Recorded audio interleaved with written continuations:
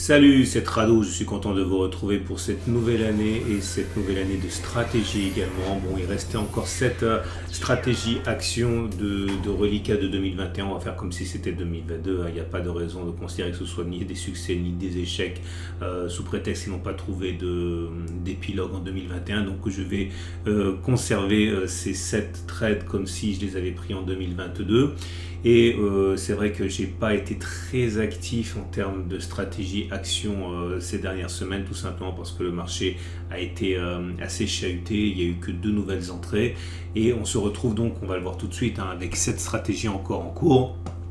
On commence avec ST Microelectronics qui a failli, non je raconte des bêtises, c'est pas ST Microelectronics, donc on en est là, je vise 16,50%, on n'y est pas du tout, il faut qu'on fasse ça avant d'aller chercher moins 16,5, donc on est en territoire positif, mais l'objectif est loin d'être rallié.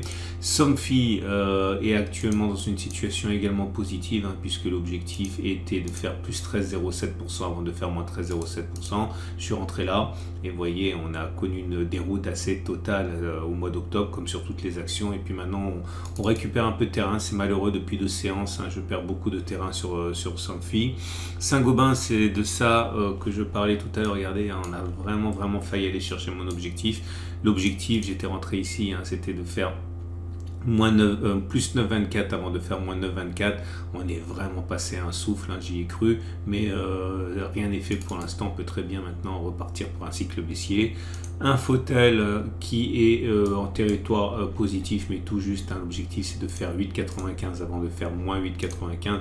Je vous rappelle, si vous découvrez mon format, que toutes les stratégies évoquées dans le swing trading action concernent des choses qui sont backtestées avec vous en direct pour vous montrer la supériorité pour beaucoup de personnes d'un trading basé sur des probabilités plutôt que sur des éléments subjectifs. Je dis ça parce que beaucoup de personnes, beaucoup de traders perdent car ils n'ont pas la discipline suffisante pour faire du trading discrétionnaire, ils changent tout le temps d'avis, etc.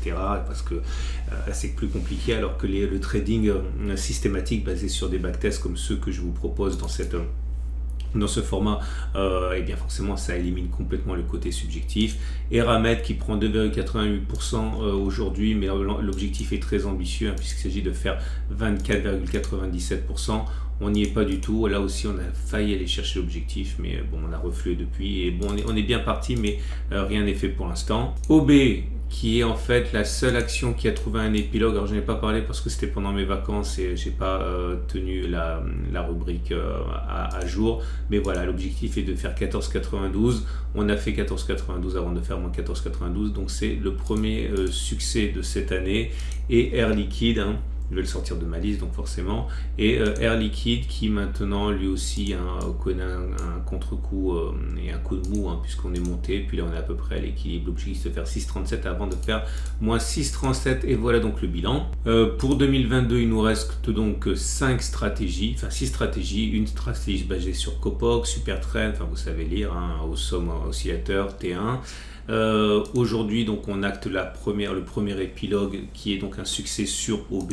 Bon, c'est vraiment pas significatif pour l'instant, on est à 100% de succès, mais il y a eu une seule occurrence, donc toujours pour vous inciter à bien savoir à quoi vous jouez, je fais varier maintenant les taux, ce que je gagne tout simplement en fonction de entre guillemets la mise, le risque prix.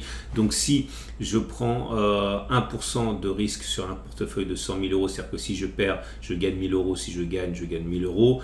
J'ai gagné donc 1000, j'ai perdu 0, j'en suis à 1000 euros, ce qui fait 1% de performance.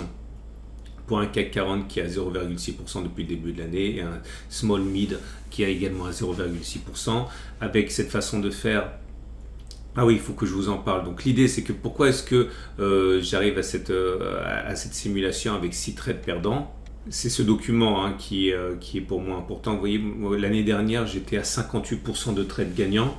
Ok, avec 58% de trades gagnants, j'ai donc beaucoup, on va arrondir à 60%, j'ai 63% de chances d'avoir une série de 5 trades perdants et 32% de chances d'avoir une série de 6 trades perdants. Bon, étant donné qu'on est à 58, c'est entre 55 et 60, on va dire qu'on est à peu près ici, mais l'idée surtout c'est qu'il est plausible, il est très plausible que j'ai 5 trades perdants d'affilée et plutôt plausible que j'ai 6 trades perdants d'affilée à un moment ou à un autre sur une série de 100 trades. Donc clairement, ça veut dire dans notre exemple que si jamais les choses se passent conformément aux probabilités et qu'à un moment ou à un autre j'aurai 6 trades perdants, si je parie 1% par trade, eh bien ça m'amènerait à la fin de cette série de trades perdants à un capital de 94 000 sur un capital initial de 100 000, donc une baisse de 5,9%. Si maintenant je prends un risque de 2% par trade, c'est-à-dire que si je perds 2000 euros, là j'ai gagné, on voit bien, 2000 euros, j'ai perdu 0 euros, donc ça fait 2000 euros de gain, ça fait 2% du capital, donc forcément l'écart il s'accroît avec le CAC 40 ou le small mid, mais il faut comprendre que si on prend 2% de risque par trade avec un moment en note une série de 6 trades perdants, ça ferait baisser mon capital de 11%. Il faut voir si vous êtes capable de gérer ça, ça fait passer de 100 à 88 000.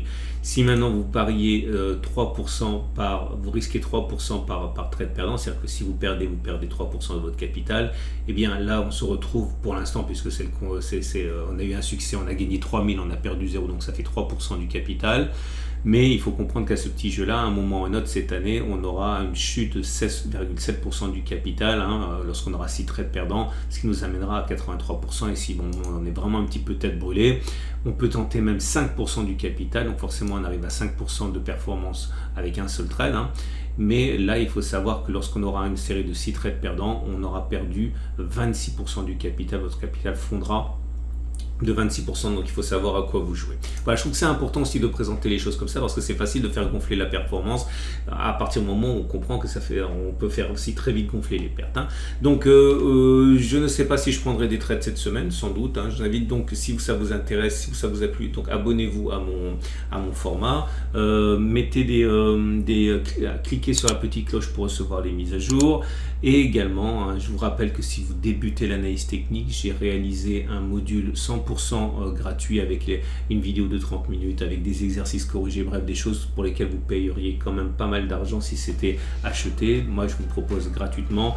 C'est en dessous de la vidéo pour le télécharger. Vous avez été plus de 30 000 à le télécharger déjà. Donc, c'est essentiellement, si vous êtes nouveau, eh bien, partez sur des bonnes bases, téléchargez ce module et sachez que tous les graphes sont réalisés avec ce que je considère être la meilleure plateforme française, Pro Real Time. Vous avez un lien pour ouvrir un compte gratuit juste en dessous de la vidéo aussi. Je vous donne rendez-vous donc tout de suite pour d'autres vidéos.